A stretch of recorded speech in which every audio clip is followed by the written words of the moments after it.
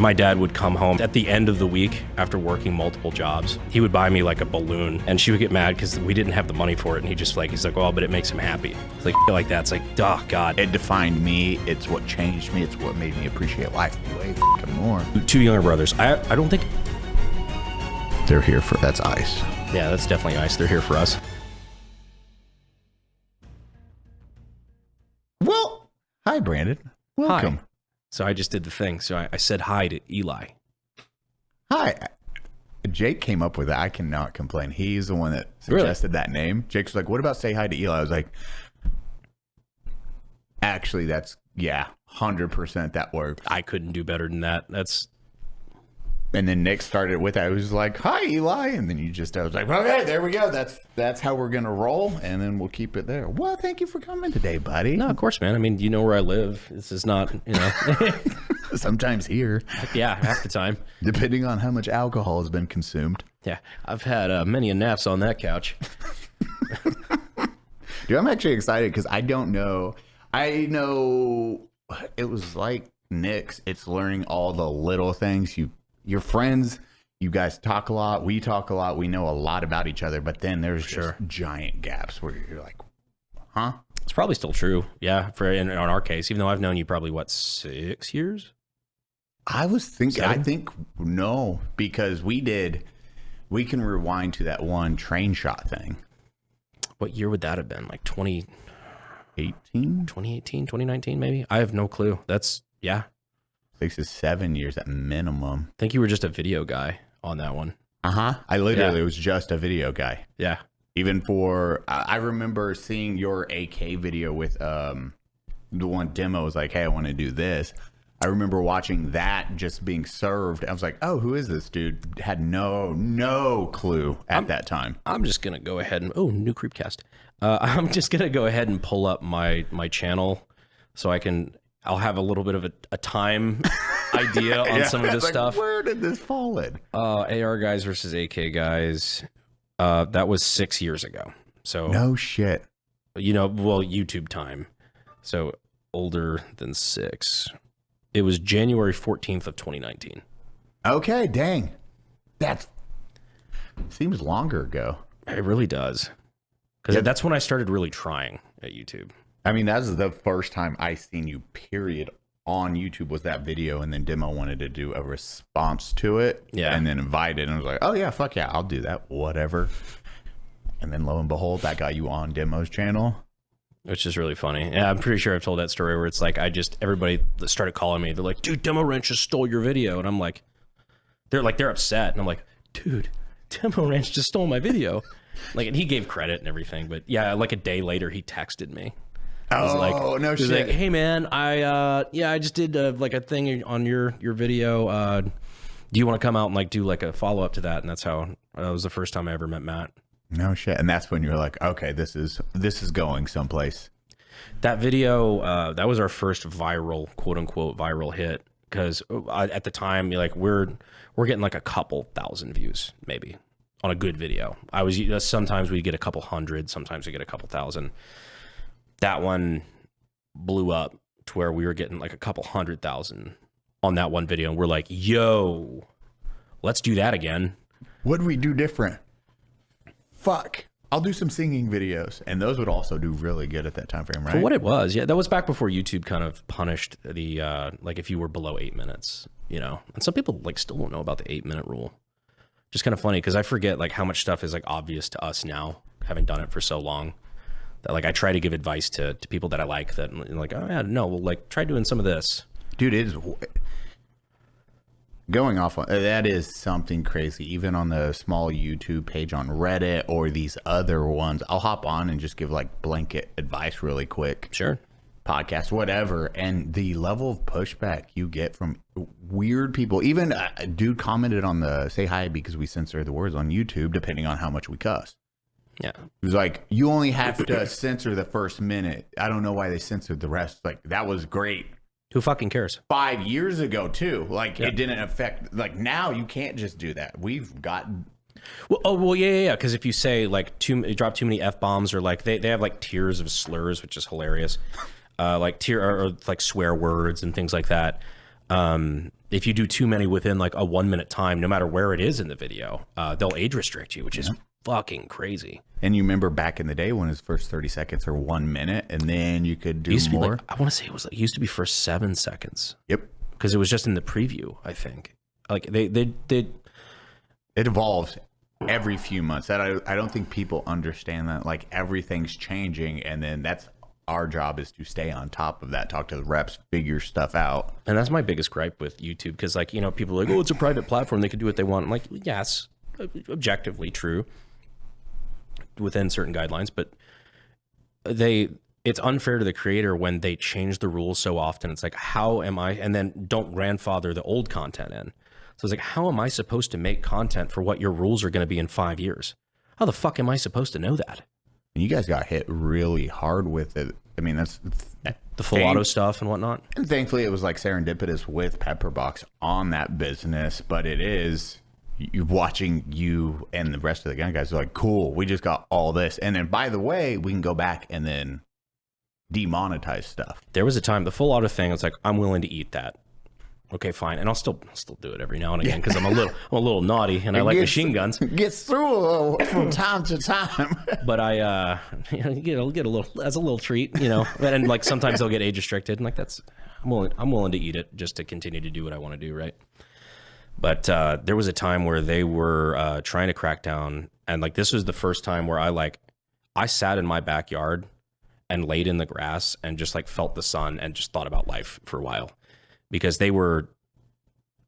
just gotten off a call with YouTube, like not my YouTube reps and other, you know, people at the policy team and whatnot. Like John C. YouTube called you. John C. YouTube had called, and they basically were saying like, hey, with the new policy, if you are shown attaching a suppressor, fully legal, right? I'm an FFL with SOT, like I'm allowed to manufacture those legally. If you attach a suppressor, like just thread one on, or you are shown inserting a 30-round magazine or high-capacity magazine, that's considered illegal weapons modification, and you can get a strike. And you can retroactively get strikes for every video you've ever done that in. I'm like, congratulations. I'm like, brother, you could delete my channel. So 3 strikes, you're out. You could delete my channel 40 times over, at least, with this new rule. And they're like, yeah, sorry, if you don't like it, go back and edit it out. I'm like, I'm fucked. I'm done. Like that's all she wrote. And I had to seriously think about like what a post YouTube world will look like for me then. Cause I'm like, how far do I want to take this? It's like, and that is your livelihood. It's my livelihood. Can't stress it enough. And it's all of my employees' livelihoods. That's everyone who's ever worked with me. Like or contracts with me or anything like that. That's how they eat. Yeah. That is what's insane and terrifying, and I don't think a lot of people realize that stress that goes with employees. Having employees stressful because you're affecting them, and then their families, and that weighs on your shoulders. But when something like that happens, it is a call where they're just like, "Hey, by the way, this is gonna happen." And you're like, hold on, wait, what? Why?" As you said, it's legal. You're doing everything in the books, by the books, for the old rules, and now they're just switching the fucking rules on you. Yeah, I was doing something that when it was made and when it was posted was perfectly acceptable. And now you're terrified and still to this day legal. Like everything I was doing is we've never broken the law on camera. Like that's been like we do everything by the books, you know. It's do I disagree with a lot of the laws that are on the books? Yeah, but like, you know, I know what time it is. You know, you got to play the game. Yeah, especially if you want to make changes, the right changes, and reach bigger audiences, you have to follow the rules. I think a lot of people forget about that. Yeah, they're so diehard on their stance, and you're like, cool, no one's gonna listen to you, and your soapbox is now this big. Exactly. So no one can see or hear you. It's like, oh, so you don't want me to use the biggest video hosting platform in the world? So what do you want me to do? Be a fucking street crier? Like, do you want me to be the guy that you don't make eye contact as he's shouting in the street? Like, what do you want from me, man? Do better. And you're like, I'm trying, guys. I'm fucking trying. I'm doing the best I can. So just cut me some slack. Look how many people watch this now. That's a good thing. That's a positive change. Slow change over time. Not beat people down. It's like, listen to this, or everyone should have a nuke. It's like there's stages to this. Yeah, it's a big jump right there. Well, what? It's one of the things. It's like your childhood. I don't know too much. I know you were homeschooled a bit. You did public education. You have 2 brothers. That's it, right? Yeah, I have two younger brothers. I don't think they're here for. That's ICE. Yeah, that's definitely ICE. They're here for us. Yeah, sirens going off outside the unsub house. This is where we say the unsub house is in the ghetto. I was actually I went to in the very beginning. I went to a very small private school, but like. You think private school, you think like prep school with like uniforms and, you know, when everybody plays lacrosse. I went to a small, like, I guess it was technically a Christian private school. That was like my 2nd grade class was in a single wide with like 12 other kids. Oh, and it's like private of like families are teaching each other together almost. Not quite like homeschool co-op, although I did do that later. But it was just small, and like the guy who owned the school, like his house was there. Like he lived, you went to the big house, you know, if like he needed to, you know, yell at you because you were doing something you were supposed to. They're going to the big house. Brandon has been causing mischief. Like 4th and 5th grade were taught in the same room. No. With like a split divider. Like it wasn't like you think private school. It was not that. It was a little different, but it was, I don't know. It was, so growing up in Fayetteville's rough. Yep. Yeah. I had to pick carefully what stories I tell about Fayetteville. Cause it's like, man, I had to pull a gun more times before I turned 18 than I did after. Which is fucking which wild. Is the way it was. Like that's just military cities and any town that is right outside a base. They're never nice. I can't name a single one. No, fucking, we call it Tillicompton. It's Tillicum outside of Fort Lewis, and we just called it Tillicompton. It's fucking rundown. You had the $1 Chinese places. You had the $5 haircuts. I don't know. I don't know if it's just the transient population is like just not conducive to a stable a city. I guess I don't know what it is. Because and it is weird because for the most part, most soldiers don't live right off base either. They live on base or in the nicer areas. Like, no, I never live in Tillicompton. It's like, did you ever spend any time in Fayetteville? No. During basic training when they do, because that's in, right? That's Benning. Yeah. No, that's so Fayetteville's Bragg. Bragg. Never mind. Yeah. No, I've one time visiting, and then that was it, and that was a day. Yeah, they call it Vietnam. Yeah. Like.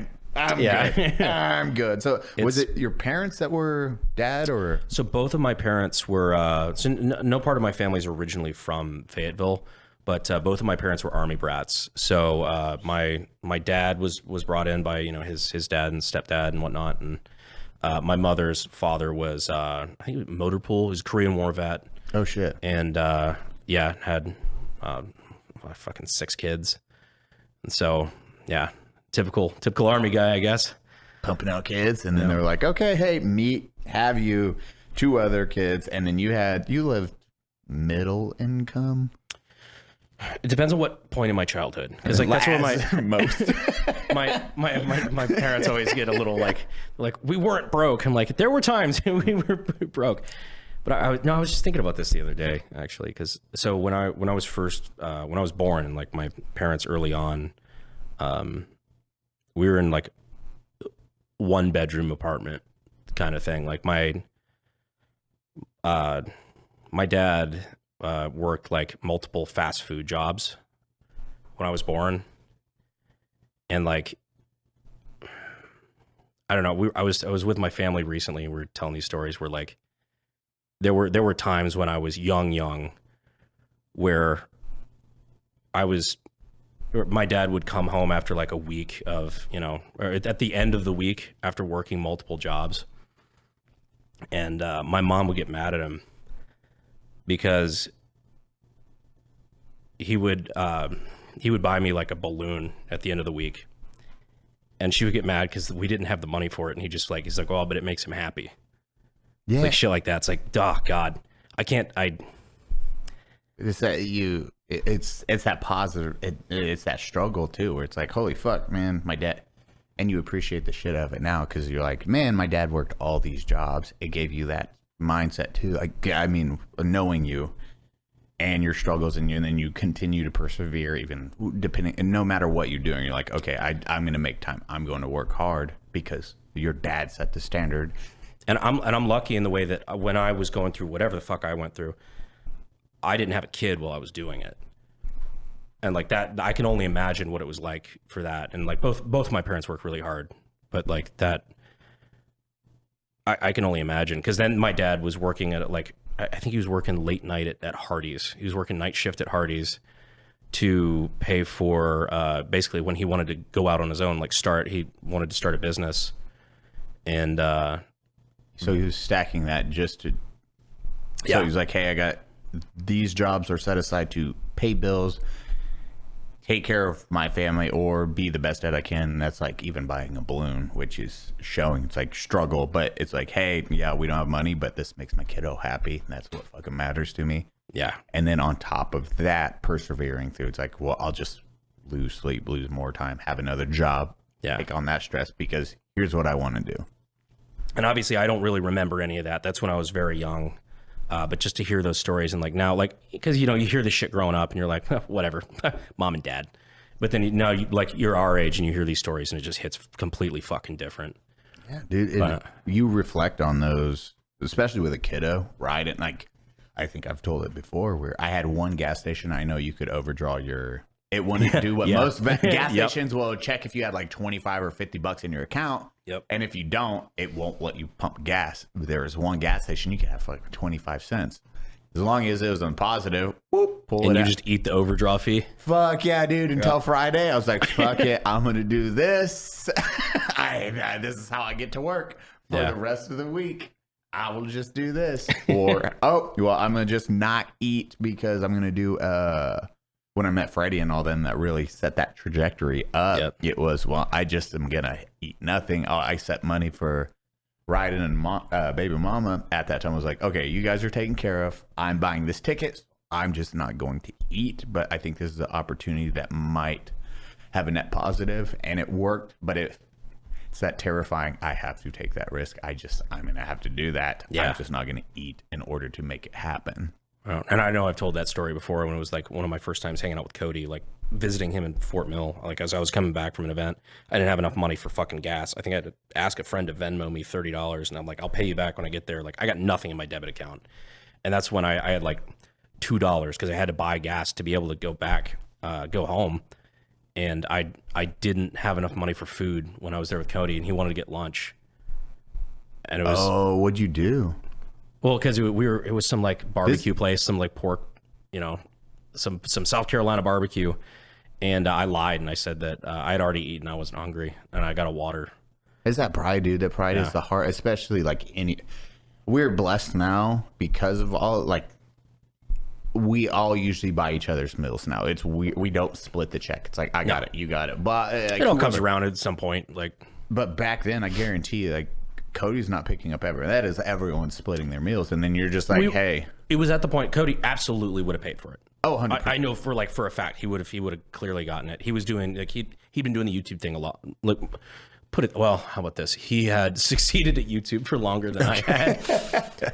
So I was still very much like right on the cusp. Like I saw where it was going, but I didn't have fucking $1 to my name outside of what I was putting into everything. But still, the pride where you're like, I ate, and then waiting until you got home. You're like, fuck it, I'll just eat this. And then the one friend, I guarantee, was still the shame when you have to ask for money, dude. I will never be there again.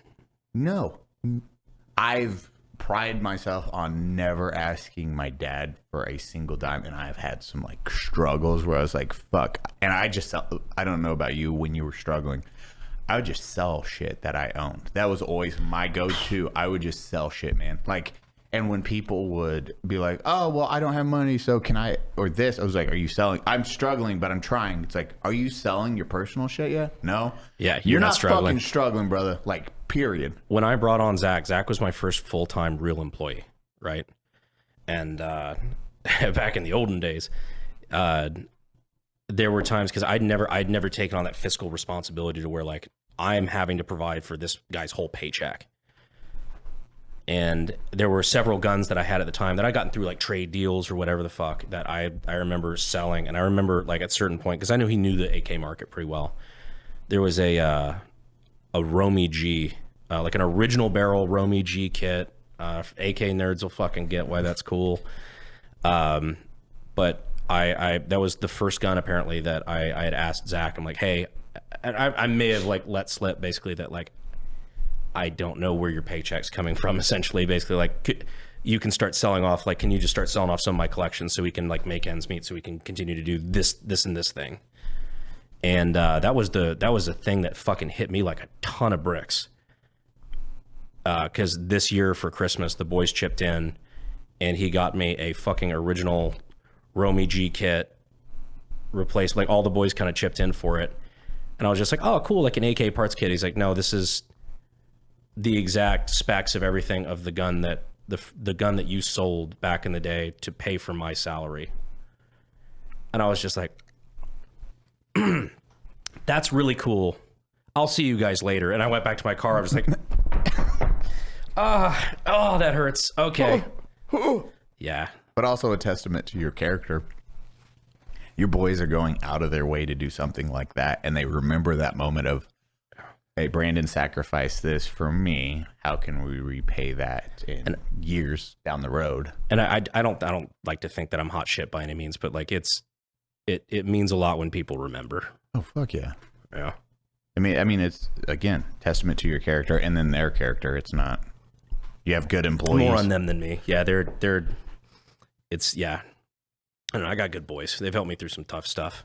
Did you find a good team? It is the greatest thing you can do. And you'll go through bad employees, but when you find like good employees and then that are like friends, brotherhood, that brotherhood is always what you're chasing. When you find that, you're like, oh fuck, okay, I will always take care of you guys no matter fucking what. You surround yourself with people who don't lie, cheat, or steal. or tolerate those who do. Yeah. And are just loyal. And it's like, man, you stick with those people, they'll go to the fucking ends of the earth with you.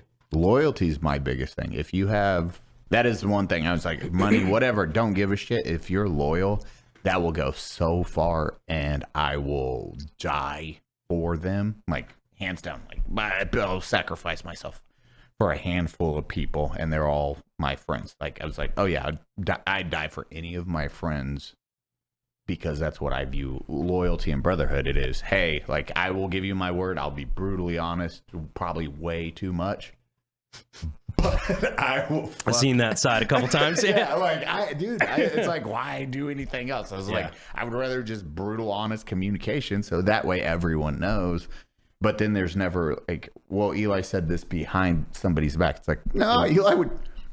Dude's going to just be like, hey, blah, hey, blah, hey, blah. It's like, oh, you know, that girl you were with the other day, you know, Eli said that he thought she was kind of a bitch. I'm like, I promise you, Eli told me before he told you.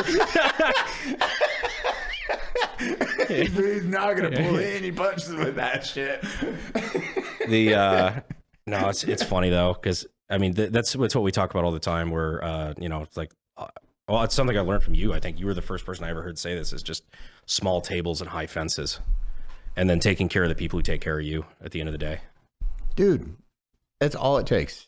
Like, all it takes. And then you will be infinitely less stressed. You will be very happy because everyone around you is positive or trying to make a difference in your life and vice versa. And then you might not see eye to eye all the time, but at the end of the day, they care for you. They care for each other. Right.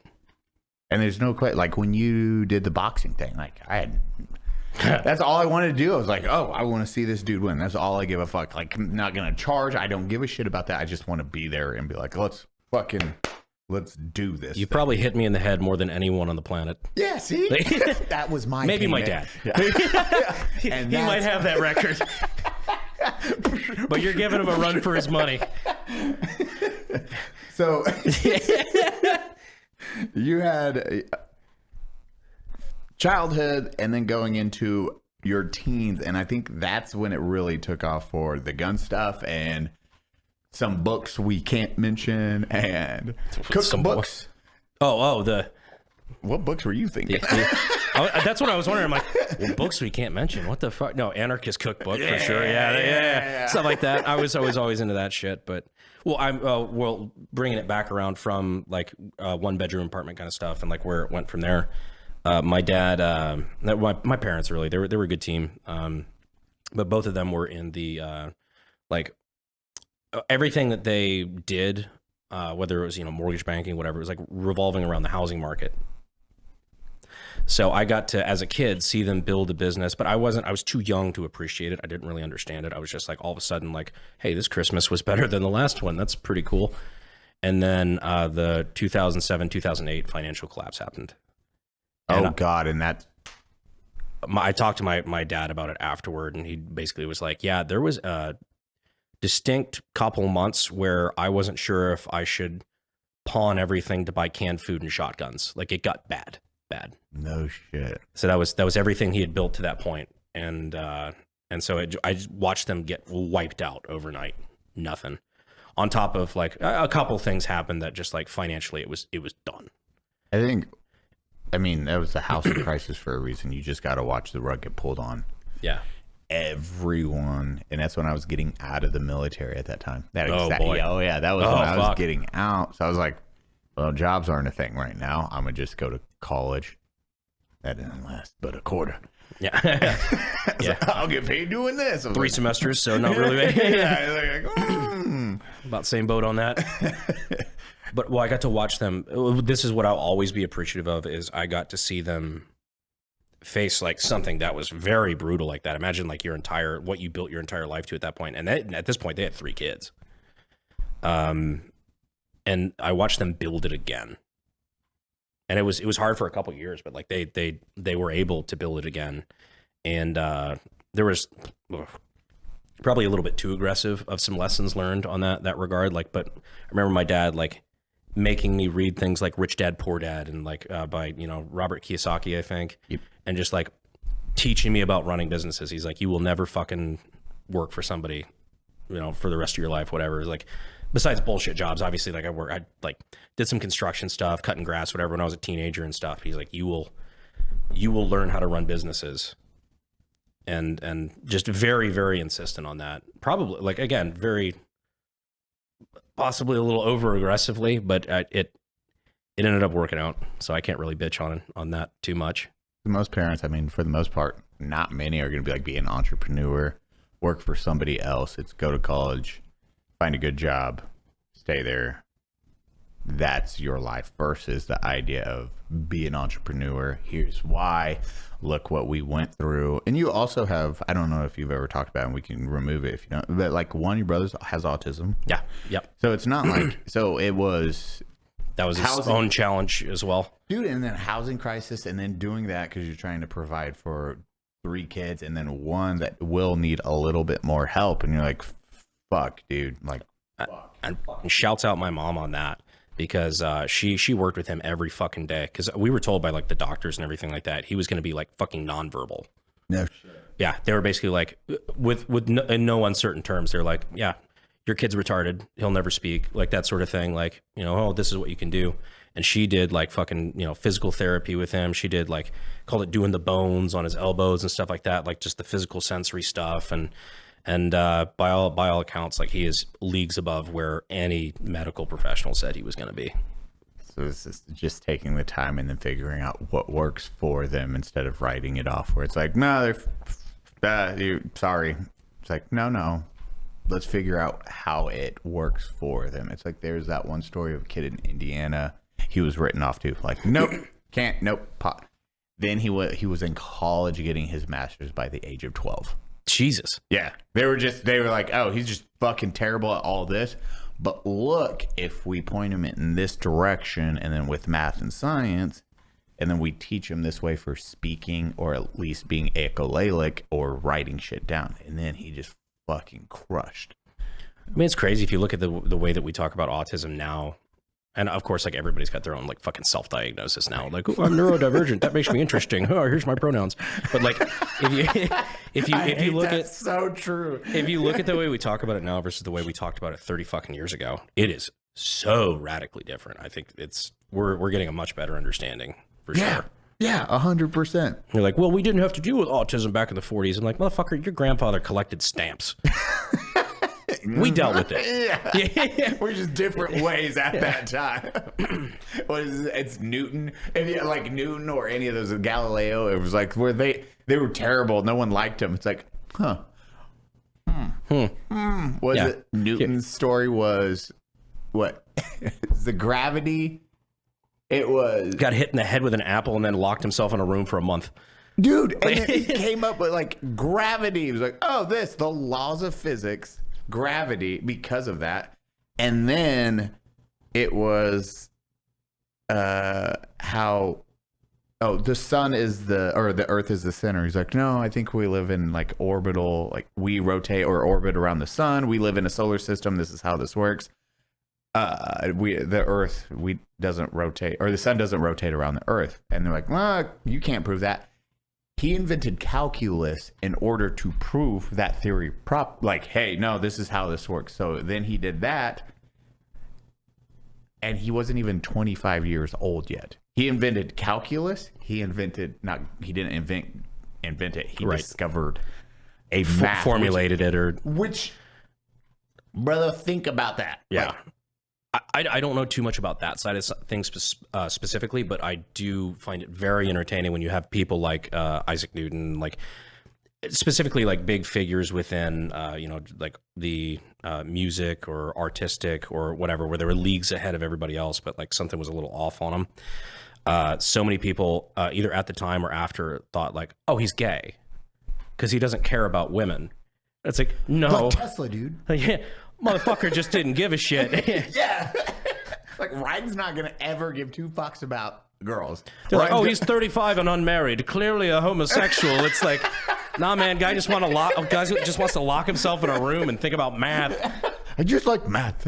Math is really nice. And you're like, oh, that's what they're doing. It's funny to watch things like that 500 years later come full circle. Like, Tesla, what he's famous for saying is like, it would be a disservice to mankind if I had a relationship. Which is hilarious because the guy who now owns Tesla is very much on the opposite tact. Yeah, he is. How many kids? And this is why autism is a spectrum, I suppose. A broad one at that. So what age was it where you're like, oh, firearms, this is highly interesting to me. I really like this.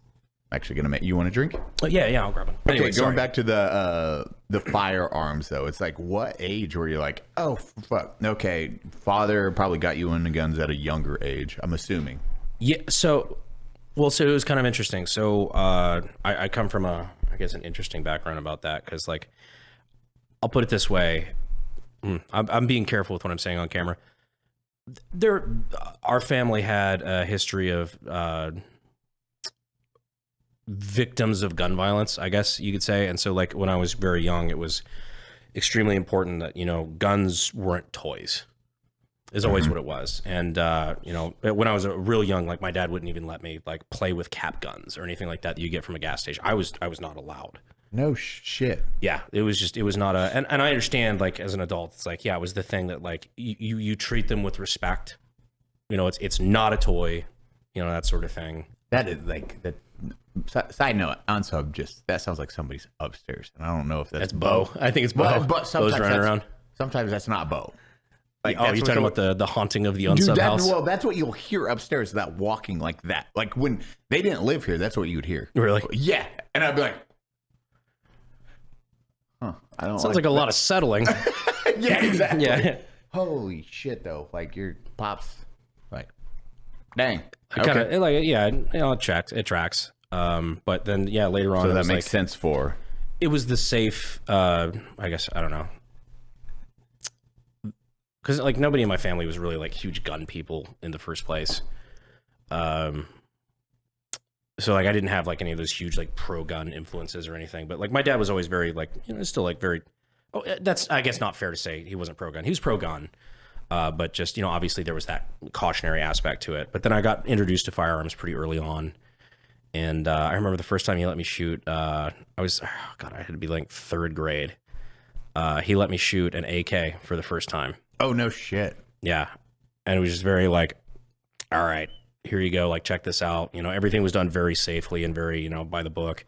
But I remember telling my, my friends at school the next day, fucking, I don't know, I was 8. My dad let me shoot a German machine gun. It was a semi-auto AK, and you know, some fucking, you know, very German. Yes. Yeah, I didn't know shit for fuck, but it was just funny.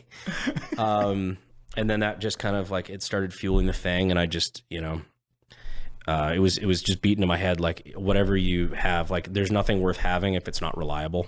And so, like, I naturally got drawn toward the AK platform and learning more about that. And then as I was building guns in my garage when I was 16, like, me and a buddy would, you know, throw together parts kits and stuff like that and start building stuff. And then I really started learning, you know, beyond 18, obviously your options open up quite a bit. And lighting that fire. I don't know if I've ever talked about it, or I do have pictures. I'm gonna have to find and show you, especially. So when it's baby Eli, I'm like 9 months. No, I'd have been, because I can hold it. I'm probably like 12 months a year to 16 months old, and my sister, and I'm holding a pre-ban Uzi. Oh my God. And then my dad has this Colt Python right here. And I was just like little baby Eli holding it, but my dad had a whole bunch of guns when we were younger. Well, a handful of guns. He had to sell it. We were fucking poor. But he had a pre-ban You get Uzi. that on them bigger jobs. Yeah. But and then I have baby pictures of me, like old Polaroids of this. And then my mom, Midland, Texas, not the safest area, especially back then in the 80s. Somebody was trying to break in the house. My mom just used the Colt Python. Someone was breaking in the back door, and she just shot it through the window. She's like, yeah, someone was breaking out. How old were you at the time? I was probably like 2. Oh, I don't fuck. remember Okay. any of this. But she was explaining it in that area and the firearms dad have. And it's like, yeah, I just shot it through the window, and like the person ran. Obviously, when you just like, fair enough. Yeah, Colt Python out the window, just it ran. And I think I was being told that at a younger age because there's like a bullet hole. It was either glass or she shot it into the ceiling. I forget this story again. It was 40 fucking years ago almost. Yeah.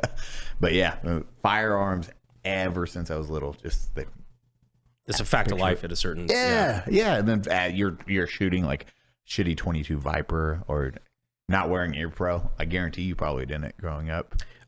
Or were your dad way better than my dad? He was never taught us about that. My dad always would emphasize like hearing protection and stuff like that. I didn't always fucking listen because I'm a shithead kid. But like I remember going skeet shooting with a buddy, and he's like, "It's a shotgun. It's subsonic. You don't fucking need ear pro." At the end of the day, like coming back like after shooting 200 rounds, 12 gauge, it's like, it's like, oh, that doesn't seem right. I don't think I'm gonna do that again. That was my entire childhood. My dad never talked about ear pro, so like 8mm Mauser. Oh, fuck me, dude. That's why we're both deaf, dude. Yeah. I didn't know till the Army's the first time it was like plugs. I was like, what are these? And like, so it doesn't ring afterwards. I was like, my dad was a piece of shit. I hear the ringing right now. And when you're a kid and you hear, yeah, dude, and it comes in and you just hear it drown out everything. And that fucking 2-second pause where neither one of us was talking, I'm sure like 30% of you fucking heard it too. You know the sound. You know the fucking sound. So it was firearms, college, and during that college thing, well, you started YouTube also at a super young age, and then did more seriously later in life. Yeah, I had 2 YouTube channels before the current one, at least that I like serious channels that I really put a lot of effort and shit into. One was Airsoft. I was like 6th, 7th grade. It's when YouTube first came out, and 2006, 2005. We realized that like, oh shit, like it was me and a buddy. We're like, I feel like we could get like free airsoft guns and shit if we like do this stuff. And like some of the early videos, from what I remember of, it was oddly like alarmingly similar to what I do now, where it's like just basically gun review plus comedy. And it probably wasn't funny because we're just retarded kids. You don't fucking know what's going on. Yeah. Like you don't know how to make a good joke, but like it was similar enough that it's funny to me now. And then after that was a gun channel, and I would do like guns of Call of Duty and stuff like that, and would like tie in like footage. And I learned how to edit, and I learned how to use like OG fucking Windows Movie Maker was badass. Like, I think it was Windows Movie Maker 2.0. Man, whenever they stopped allowing you to separate video from audio, pissed me the fuck off. That shit was legit. I loved that. Like, this fucking jam. Because I edited all my... I couldn't pay for an editor. No, fuck no. And I couldn't pay for anything. I could barely pay for ammo. And at this time, there's not that many tutorials. You're just like learning. This is before there's tutorials for anything. I think people forget how much information you have at hand versus 2006, 2007, to even 2010. We had Clippy. Yeah, we had Clippy. And that's fucking it. So you are just learning on the web. You're reading how to learn. That's Maya. Dude, learning my first 3D program. This Maya in 2003. This pre-army. I don't even know that. This was like, I was just reading online. It was like, okay, so this is how I try to do a 3D object. Struggling. I have a shit computer, but that was that level. So you're reading the literal book, like, for dummies. Yep. Yeah. Because at that time there was nothing else. This generation probably won't even get that reference. Oh my God. Flash animation, you're reading books. Like learning Flash, MX, this is before Adobe existed. It was called MX Flash. MX Photo or Photoshop, I forget what it was called before that. There was a name for it. But you were just reading books on how to do those programs. That was it. That was fucking it. Yeah, you couldn't have 800 Indian people tell you how to do it. Dude, exactly. With a fucking 4-minute intro that you're skipping through to get to the good. And they all somehow have the same wallpaper. It's fucking... God, I hate those so much. Even what's his name wasn't a thing yet. Fuck. Whoever the VFX guy. Everyone. Andrew Kramer. I don't know. He was the one that did all the VFX tutorials back He ended in up the day. doing like all the packs and stuff like that, like selling his own stuff, and like Hollywood still uses his fucking muzzle flash #7. Blood splatter for the X pattern blood splat. Yeah, dude, everyone has their everyone knows specific ones from those action packs. You're like, fuck yeah, Andrew Kramer with that, and Film Riot back in the day. Dude, Film Riot. I learned so much shit from Film Riot. Dude, Film Riot was so good, but that was the best. That was later, for sure. But it was still almost the only information you could find at that time. But it's still stuff like that, like especially like Film Riot, Film Riot. I don't know, FPS Russia, shit like that. When I was watching that, like in late middle school, early high school, I'm like, this made me want to create, right? Like that's like I want to make movies. I want to make stuff like that. Like I want to do that shit. Is that when that's watching that because you are a huge movie guy too? A bit of a movie fan for sure. Yeah, and I mean, even going back to your old videos, you would incorporate you would try to match shot for shot. Evil Dead. I did the Evil Dead arc. Yeah. I did that during quarantine, like 2020.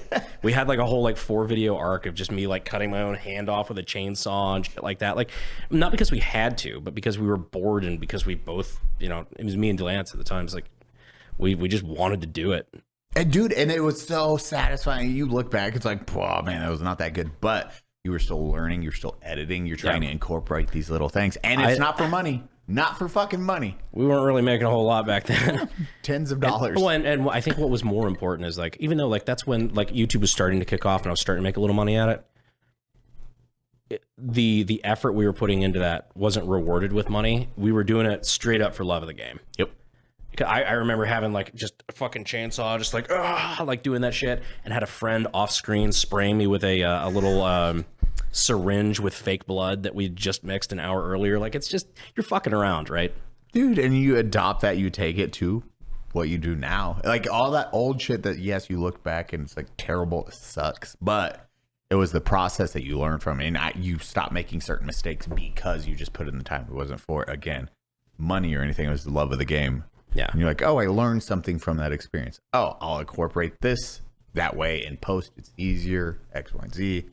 Because we did the same thing for, when I started getting comedy, going from video game sketches to I want to learn VFX. I want to learn how to do this. Like rocket jump to black rifle kind of stuff like that. Yeah. Well, no, pre that, it was Really? from Eli's video game reviews in 2009, 2010 to watching Freddie Wong and be like, oh, I want to learn how to do muzzle flashes and color grade. And I started incorporating skits in my reviews. I was like, oh, this is fun. This will be a funny little thing. How do I mask? How do I add a muzzle flash? And then how do I put two pieces of content together so I can just act in both? Then I started doing those tutorials, learning that. Then I was like, oh, how do I add in like 3D animation and explosions? How do I do tracking and that Boujou tracking, dude, and learning 3D tracking in 2011. The first time I ever used After Effects, a pirated copy, of course, to track text onto a video, I felt like J.J. Abrams. Yeah, dude. You feel so good. You're like, what is this? That almost looks good. Hell yeah. Hey, Mom, Dad, come here. Look what I did. Pretty fucking talented. Took me 12 hours. It's jumping all over the place. It's almost. And so that's when they handed you like 11 Bravo. Check it out. Yeah. Like, and it was incorporating that. You're like, okay, fucking got this. Incorporating your gun videos. DeLance is your only employee at that time. I loved your guys' barely employee. Like we were just friends in the beginning. I don't know if you talk about it, but your original contract with him, it's like, here, you keep all the.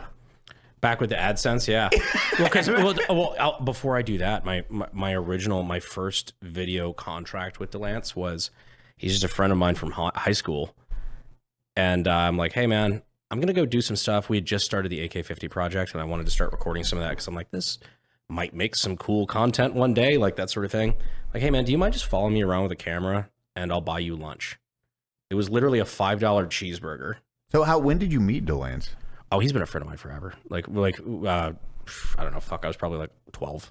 Well, you guys like did church, school, multiple things together. We knew each other for a long time. I knew like our families knew each other, stuff like that. Like it was I was friends with his older brother, and yeah, we just kind of hit it off a little bit. And he's another big movie guy too. So like being able to be inspired by some of the same movies and stuff, like the original AK-50 video, I think Building the Behemoth, it's fucking forever ago. We were very clearly inspired by Wolf of Wall Street. And we're like, oh, we want to do that same narration kind of stuff and the walk and talks and you learn how to make video. And it's, God, yeah. And that was his thing. He's like, yeah, I'll learn the camera. And then. Yeah. Learning videography. And then at first it was just like, he was a friend of mine holding the camera. And one day he came to me, was like, I would like to learn how to edit. Do you mind letting me edit a couple of these? Oh, fuck yeah. Yeah. It wasn't me like, hey, DeLance, could you start doing the editing? He came to me and was just like, hey, I think I'd like to learn editing. Like, could you give me one of those? And then, I mean, fuck. We've been a two-man video team for, fuck knows, 10 years now. Yeah. And then it was. We've been doing this too long, buddy. Dude, everyone. It's, ugh. I look back, I'm like, everyone's been at this. That's why everyone's exhausted. It seems so simple. I know Reddit the other day, it was a response to it. Like, oh, well, this. People romanticize the idea of content. It's like, oh, well, they just have to do a YouTube video. And I went in and it was showing the other side. It's like pulling back the veil where you're like, no, this is a 7-day-a-week job. Especially depending on how much content you're rolling out, how many employees you have, what other businesses going side by side with it, or you're trying to get into. There's no time off. Yes, content's great, but it's like then a fucking helicopter, right? Like, I would love to fly a helicopter. If you knew how many hours of maintenance per hour in the air, like what you see on camera, for every hour of content you see, the amount of hours that go into the behind the scenes, it's people just think we blow shit up for a living. It's like, no, man, it's really not that. Tiny Guns 3 is a good fucking example. Oh my God. You have, and that was efficient. I think that was very efficient. Oh, dude, that's fucking as efficient as it gets, and it's like an 8 to 11 minute skit. I forget how long that was. I think it was like over 10 minutes, I think. So, and you're like, oh, I can knock that out. That's not the writing, the pre-production, getting everyone's schedules lined up, getting everyone motivated, then buying the costumes, getting all the props. Driving the costumes from fucking LA to San Antonio. Fucking Jake and Connor. I forgot about that. Flying out there. Or no, they just drove. Or no, they flew out and then drove a van or like a U-Haul or whatever with all the shit and equipment and everything. The acquisition of props. Everything involved in that. And then not to mention the post-production. Well, the 2 days of filming. That's not like that 10 minutes. That is 2 full fucking days with reshoots on a sun up to sundown. Yeah. In Texas heat. Yeah. We had a lot of people almost fall out on that shoot. Yeah, Cody was. That's why Cody's last scene's on. Like he's sitting is because he was fucking dehydrated. He's like, wool uniform in fucking Texas. Yeah. Yeah. And then post-production took 2 months. Like, it's a lot of shit goes into it. And that's one video, and people don't see that side of it at all. They're like, oh, it's super fucking easy. It's like, oh, I assure you that. Make joke funny, man. Yeah, make joke. And then do everyone else's and everyone else is doing their content on top of that. Because we were filming podcasts too. Yeah. During that entire fucking thing. And don't get me wrong, I wouldn't trade it for the world. Like I think if all this disappeared and there was no money in anything and like we're in a perfect communist utopia, whatever the fuck, like you know, I would still want to be doing this. I'd probably do it differently, and I'd be doing certain things a little less for sure. But this is what I was doing when I was in middle school for fun, and I still get to do that. And I get to meet so many fucking cool people. I get to meet so many lifelong friends. Like certain parts of this I would not trade for the fucking world. No, it's all the 7 days a week, the hours and hours and hours, and you sacrifice so much time, especially when you're trying to make it. That is not, it's like as you were doing law school and then at the same time, and that's what people really don't understand. It's not like you woke up and then you did 2 videos and then you were YouTube famous making a lot of money. I started my channel in 2014. And then what year did you actually make $1,000? Maybe 2019. And that's school? And it still was just, there was awkward. It was that awkward period of like, I'm now technically making money, but it's not enough to pay for the channel. No, exactly. Like, I was doing, like, I got to pay my friends. Yeah. I got to do this first. I was doing real estate on the side. I got my real estate license at 18 and I was using that to pay for college. And college. I did. Okay. Wait, what? Yeah. I didn't know about the other. That's one of the funny things me and Cody synced up on. We were just like, wait, what? We were both brokers. We both did real estate at the same time. Of he was being a police officer, you were doing that, but at least you were doing your law school. So it was technically pre-law. I clapped out of a bunch of stuff. Pre-law. I was going to because apparently some people get really upset about that, and they're just like, I'm simplifying. I'm like, I was doing law, but I was doing a pre-law track at Campbell University because basically, like, I was going to go to their law school in Raleigh because it was one of the better ones. So I was doing pre-law, but to pay for a lot of the stuff I was doing on the sidelines, like the YouTube stuff and whatnot, I did a little bit of real estate on top of everything else. Yeah, I had a couple businesses growing up, man. Like I did, I flipped cars for a while. No shit. Like I didn't know about that. I would use money that I get from construction, odd jobs, and mowing lawns and shit like that to pay for DUI auction cars that were, had been, fucking confiscated, wrecked out, whatever. And I'd find cars and I'd use the Kelly Blue Book value and figure out, like, I could probably buy that car for $500 and sell it for 15. And would do that. I did that before I could legally drive. Dude, you know what's wild is Nick, I think you watched his video, and it is a reoccurring thing is we all did multiple things to make money. I used to build computers and sell them. I didn't know that. Yeah. That was when I moved. That's how I paid for my apartment until I joined the military. I would build computers and sell computers. Back when that probably wasn't as plug and play as it is now. No, dude. What? Dude, this is 2002, 2003, 2004. And there's, again, no YouTube. YouTube didn't exist. Back before representatives were making shitloads of money on NVIDIA stock. Boom. I was still definitely ripping Windows XP and uploading it there to save $300 from somebody having to buy it. Yeah. I'm like, there's your new Windows computer. Ding. I was doing that well doing like what Olive Garden or whatever, but everyone leading into it is like from a young age a serial entrepreneur or a doing construction. They were doing like odd jobs at a young age, and then on their own they're like, oh, how can I make money doing I can make some money doing this. I'll do this while I do this other thing. So far everybody. I had so many failed businesses, even in the beginning of like starting YouTube. I How many? I don't know. I think there's a difference between a failed business and businesses that I stopped doing, or like income sources that I just stopped fucking with. But like failed businesses, at least, I don't know, 2 or 3. People don't understand that.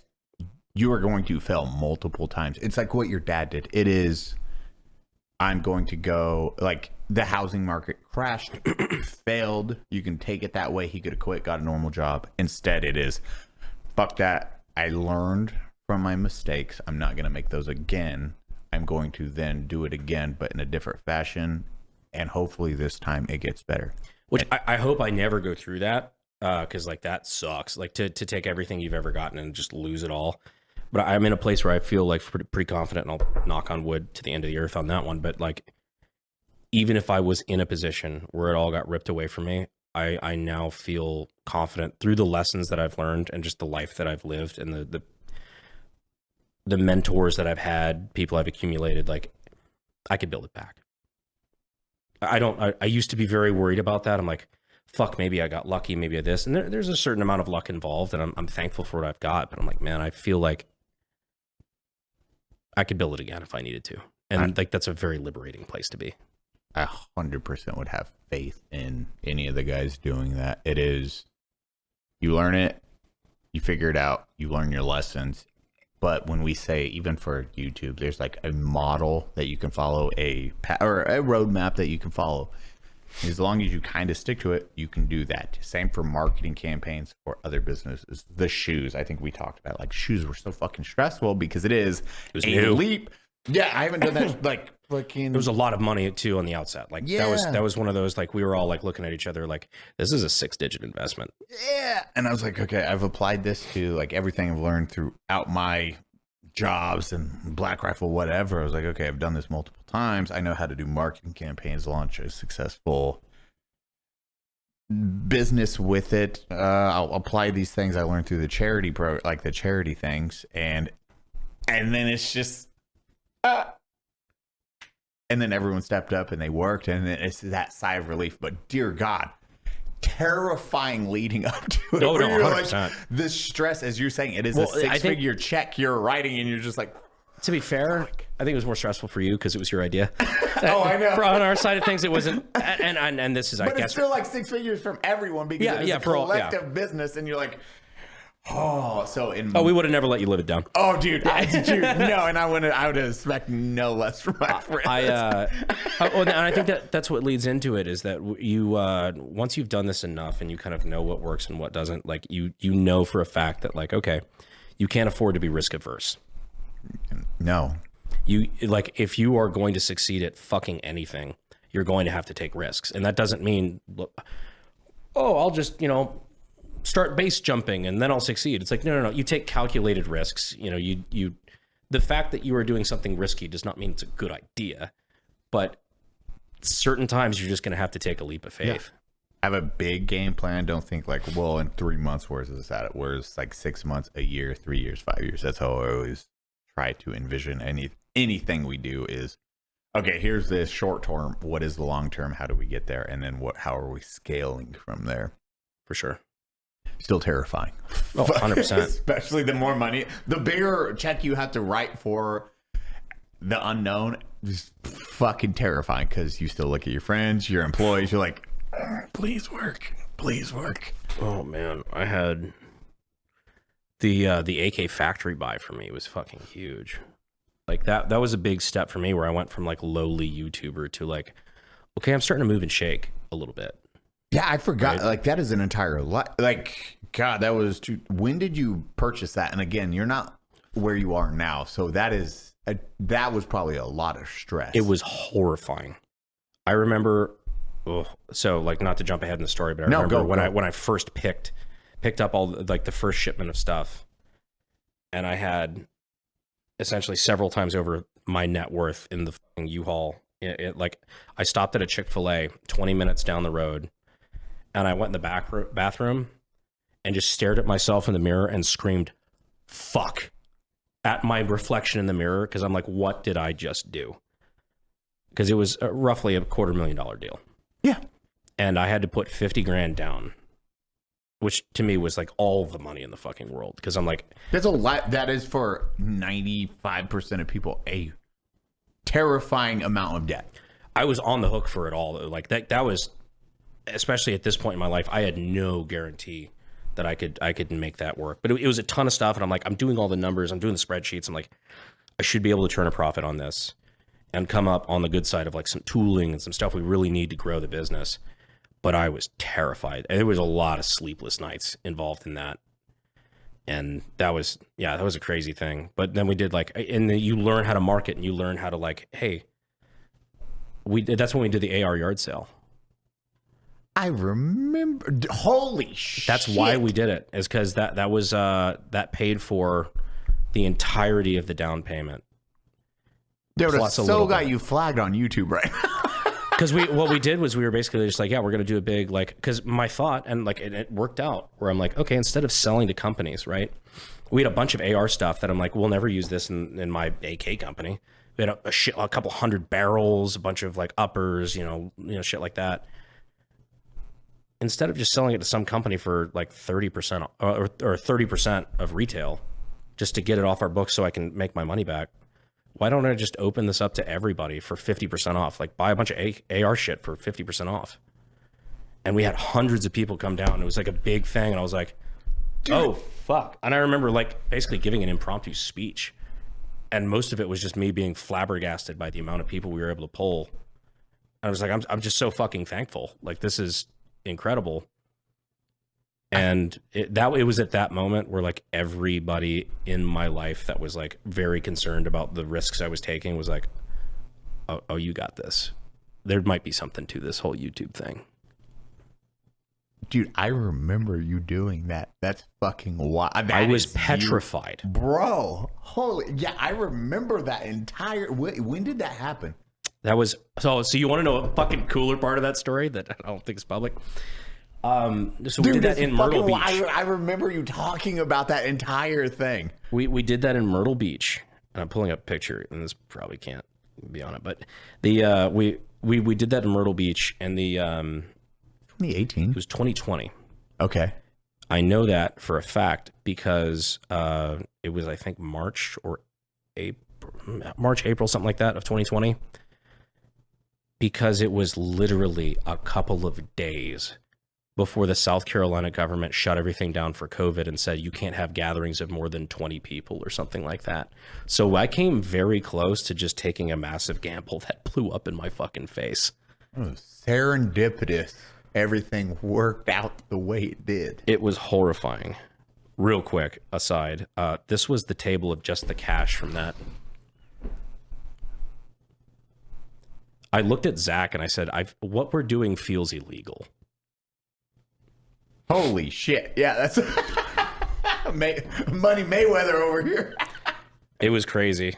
It was a wild experience, but that dude, you know that feeling, that when that happens, that level of stress that leaves that I always say it's like taking off a heavy coat. Yeah. You're just dropping, you're like, oh, thank Christ that panned out the way it did. A little bit of luck, a lot of fucking work, but oh my God. There's so many factors. Like it's luck, it's, instinct, like different things like that. Like there's a lot of decisions that play into it that obviously you can't just all say luck. Like some of it is, and a lot of it's experience from like, hey, this business failed for these reasons. Let me learn that lesson and bring it into the next thing. Luck is the smallest thing that gets people by. I think it's like 5%, if that. There is a little bit of luck. It is everything else that really makes the difference. Like meeting Freddie, I will 100%. That was I knew Freddie was going to be there. I didn't think I was going to run into him. And I was like, oh, I might run into him. That's why I'm going to take the risk to buy this ticket for $120. Yep. $120 that I don't fucking have. I was like, okay, well, I'll do this. And then we just happened to be going up and down on the escalator. And I was like, fucking Freddie Wong. And he was like, oh, like, love your content. He's like, we're playing video games if you want to watch. Like, hell yeah. Whoop, went up, talked, met him, and then walked out to get a taxi. They were standing there.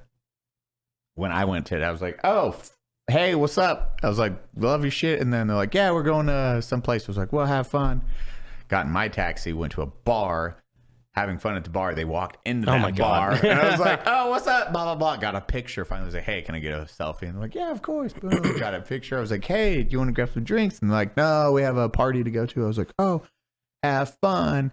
Great meeting you. And I was like, oh, man, fangirl. And then I went and was drinking at the bar, just talking to people. It was a nerd convention. So I was like, oh, I'll just be outgoing. Went and grabbed drinks. Girl walked up and she's like, hey, can I get you a drink? I was like, fuck yeah, what's up? Here's a boom, boom, boom, talking. She's like, hey, I got a party to go to. You want to come? I was like, fuck, you're fucking kidding me. Dude, so walk out, and that's how I met Kojima, Metal Gear. That's how I met the creator of Metal Gear Solid.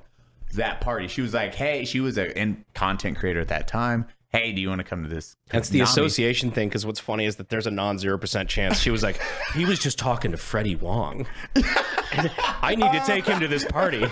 So we fucking walked to the Hard Rock Cafe VIP party, walked in there, walked in, they were there, and I was like, oh shit, what's up, guys? And they're like, how the f did you get in here? I was like, that girl right there, she invited me. And they're like, you can talk to girls. I was like, fucking come on, boys. Yeah. After that, now I know how. I was like, I can teach you all of this. And then after that next year, like, hey, do you want to hang out the entire week? And I was like, fuck yeah. They invited me to his parents' house. We had food.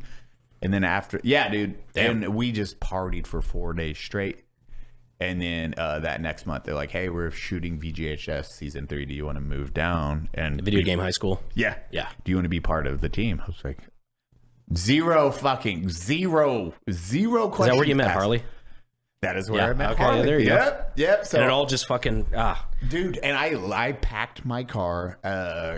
Ryden and Kylie were there. I said we were still together at the time. I was like, hey, give me 2 months. I'm moving to LA. My car's packed. I'm moving by myself. I will get us set up. Just give me 2 months. I will make sure you guys can move down. And I made it fucking happen. I did the Rocky jump and then side gigs till I could have them come down. Then got an apartment, set everything up, and then just kept knocking shit out until I got to where I wanted, learning. And see, that's where, like, that ties directly back into the problem that I have with what started all this is the word luck. I have a fundamental issue with that word because a lot of people say, like, oh, you got lucky. Eli, you got lucky. And it's like, and it feels ungrateful to say that you didn't, because, you know, there is a certain amount of chance, but you didn't just bet it all on black and then the winner gets $1 million job. It's like, that's not how it fucking works at all. I find that luck is the ability to, a lot of people confuse luck with the ability to recognize opportunity and capitalize. Yes. Yes. 100%. It's like, I feel like I should do this because X, Y, and Z might have. It's like you just stack things in your favor and then being able to put in the ass behind it. You know, just be able to put in the fucking work and be able to do what other people aren't willing to do. Yeah, that's that. Like Gallagher, you know, Gallagher, he didn't want to take that risk. He's like, no one's going to be there. Gallagher, when I sent him a picture of Freddie, he loved Freddie more than me at that time. I texted him a picture. He's like, what the fuck? You're with Freddie right now? I was like, yeah. He's like, I wish I went. He didn't want to take that risk. And that's when he was like, fuck, he kicked himself. Because then he was at that time more talented in VFX. But Freddie and them wanted me to move down. They're like, I don't know. We don't know him. We know you, though. And you got to cultivate a bunch of skills on top of that. Like, you clearly had like charisma. You had like a few things. Like you knew a lot of skills that you had honed up until that point.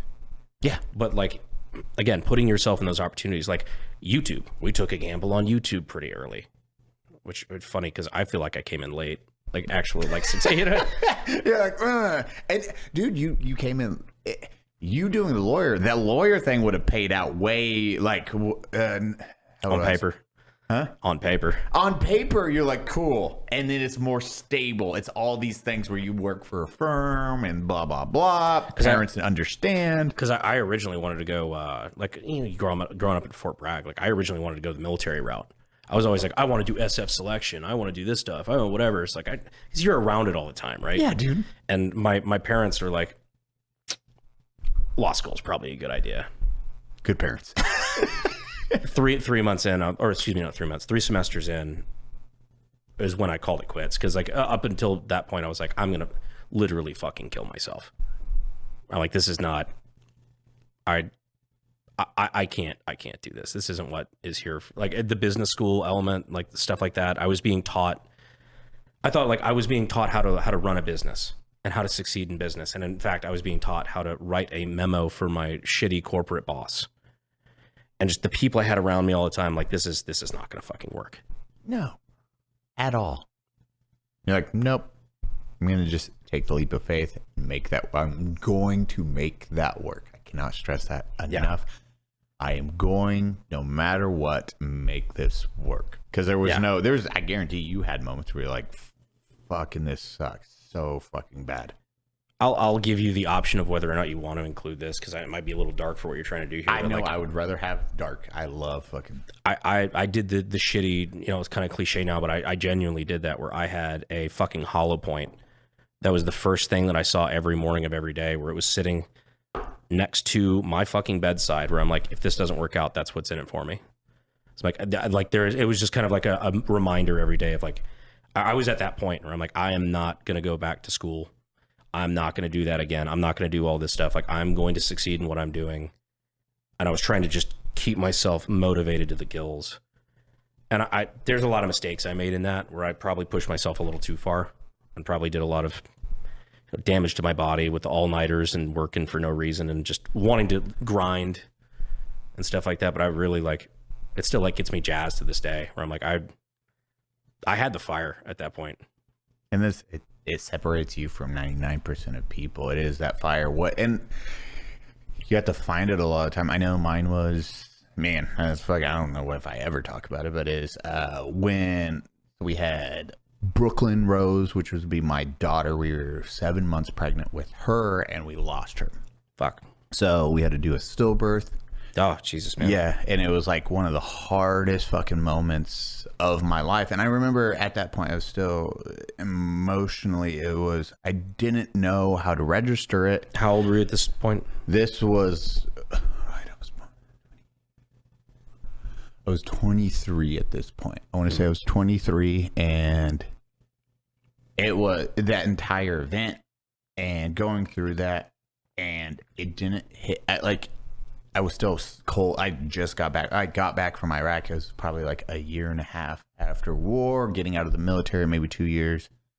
And it was the drive home and me talking to my sister on the phone and explaining I lost Brooklyn, and that was the first time it fucking broke me. And then when we had a ride and announced ride and all that stuff. And I remember when he came, I still was fearful of the dad. I was like, I'm going to be a terrible father. I don't know if I'm going to connect with him. I wasn't sure. And then you hold your first kid and immediately, like, I'm going to be this. And that's what even my family would say, that's what lit the fire for me. Like that moment is like, I can only imagine. Dude, I was like, I have to take care of this. I have to set him up. And then once autism and all that, that's what it's like, I'm going to have to work harder than anyone. Like, I have to put in double effort to make sure no matter what, he's taken care of for the rest of his life, because it might be a harder life for him. So here's how I'll do this as a dad.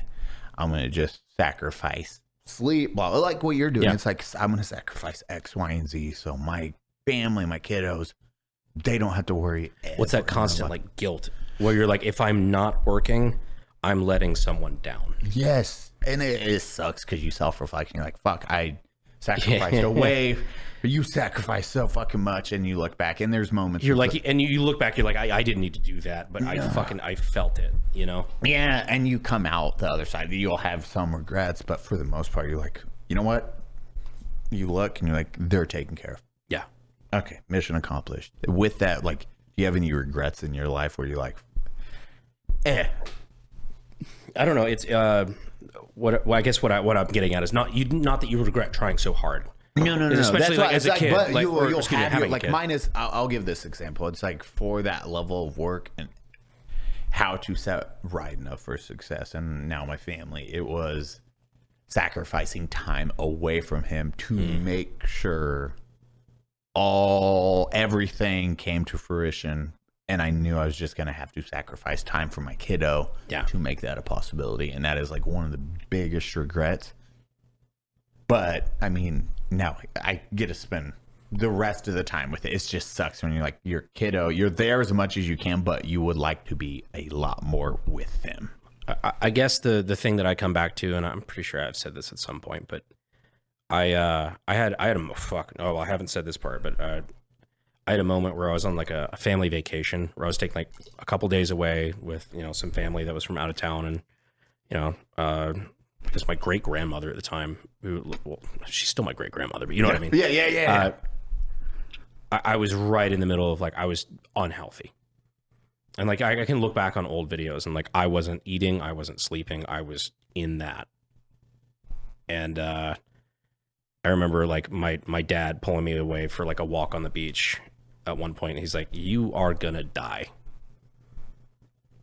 But like in my mind, I'm like, if I'm not pounding energy drinks or doing this or doing that and like just fucking, staying up, I was pulling consecutive all-nighters at some point, working on spreadsheets that now as a fucking functional adult or relatively functional, I realized I wasn't really doing anything but working to work because I felt guilty sleeping.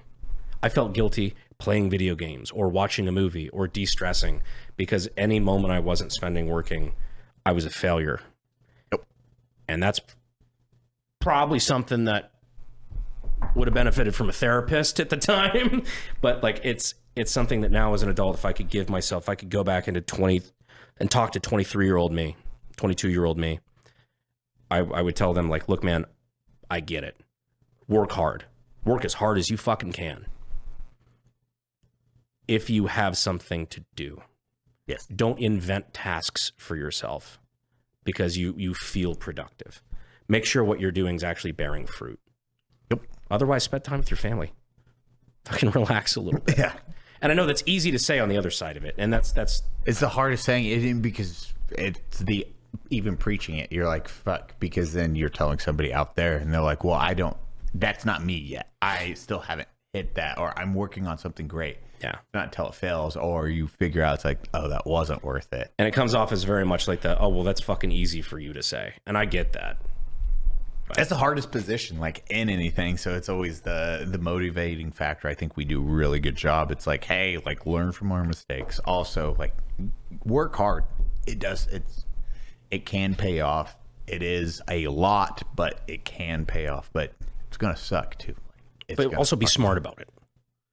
Yeah, don't burn it both. Like even we were at the fucking house talking about burning it. Burning the candle at both ends of the wick. Said like my life right now is an asterisk because I'm inventing new ends to burn my candle from. And you're like, fuck, what the fuck, man? But we're terrible at it. So the last thing we'll get into is... Well, I feel like though we've been done pretty good on work-life balance recently. Like we've been all right.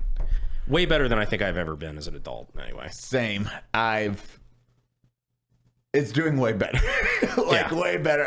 I still probably, I'm like meetings and everything and training people in. I'm still like, oh, fuck my life. Like I need to take a step back because I'm still trying to do too much. But even I have to catch myself and they're like, make sure I'm working. I'm not working just to work. Yes, exactly. And that's, you start training employees, building businesses, finding the proper partners. And you're like, okay, I can step back.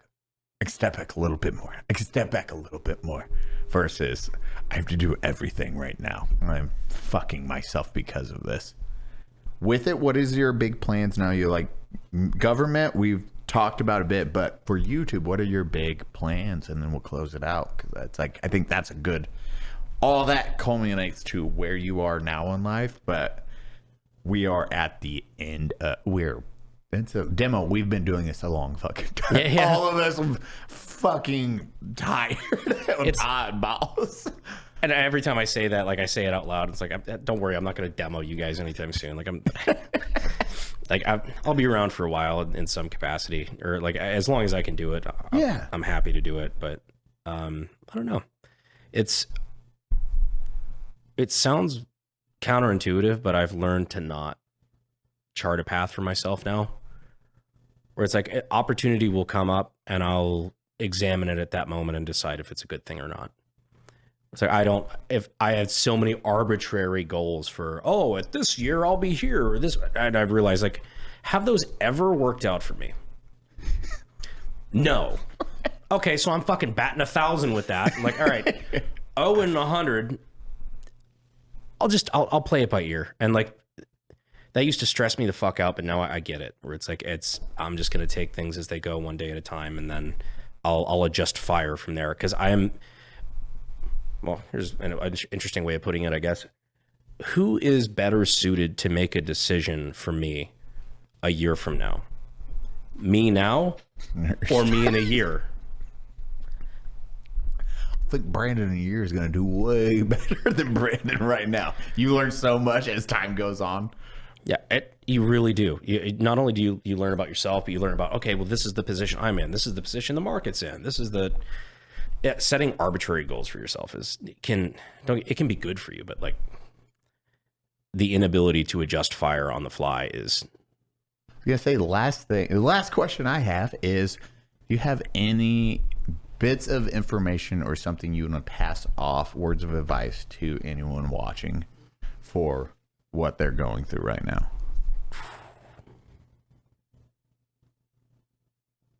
That's heavy. Yeah, heavy at the end. Because anything else has as everyone says, it's like, man, this is so different than unsub. It's like, God damn right. We get to see a different side of all our friends. I don't know. Part of that advice is straight up like what I was just saying about making sure that I really hope we inspire a lot of people. I do. Because I remember looking at the people that I was inspired by when I was first starting out, and like just my Audible and everything like that, just the people I was listening to and the people whose opinion I took very, very seriously. And I want that, but I also like, I want to make sure that you guys have like a good idea of work-life balance. Sounds such like just a synergy kind of term. Like it's not, you hear it so much that it just doesn't say anything, but like I really did. Like I probably did some damage to my body in some of the best years of my life. Like I always say that I set my 20s on fire to have what I've got now. And while everybody was out doing the fun stuff and, going traveling, backpacking in Europe and whatnot, I was fucking sitting in front of spreadsheets and, just figuring out, sitting in a cold garage, trying to figure out how to fucking rivet a front trunnion. And like, and all that, like, that's part of the journey. And like, and you'll look back on that fondly, but at least in my mind, it's like, just make sure you're doing something productive.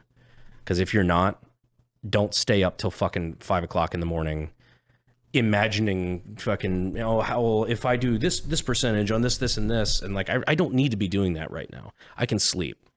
I wish I slept more, I think is what it came down to. Is I very much undervalued. I thought if you sleep 8 hours a night, you're a pussy. And that was a toxic mentality to have. Mm-hmm. And I think I would be, I don't know. I think I'd be farther along if I respected balance more.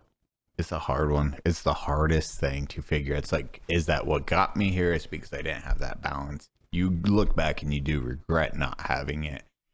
But it's that trade-off. It's like, what is the catalyst? Yeah, it's fucking. It's a catch-22. Yeah, dude, it's fucking like military. Like, I can't tell anyone to go. Like, war sucks. Me telling people it's like, you should join, go experience it. I did. Like, it was. It defined me. It's what changed me. It's what made me appreciate life way fucking more. Would I wish that on anyone? Fuck no. Fuck no. Like, I would rather not. I tell people, I'm like, oh, smart. You didn't join. Good fucking job. Wish I had that option. I'm sure it's good for a lot of people, Dude, but like I'm sure it varies by the person quite a lot. And because there's a lot of people that like have like in their youth, like a lot of issues that it's like, oh, you could use with the discipline and the structure. And unfortunately, it sounds like shit, but like I guess the military being the parents who you'd never had, like a lot of the troubled youths and stuff like that, where it's like, okay, now you're going to learn how to make your bed. You're going to learn how to do all these things. You're going to learn how to be on time.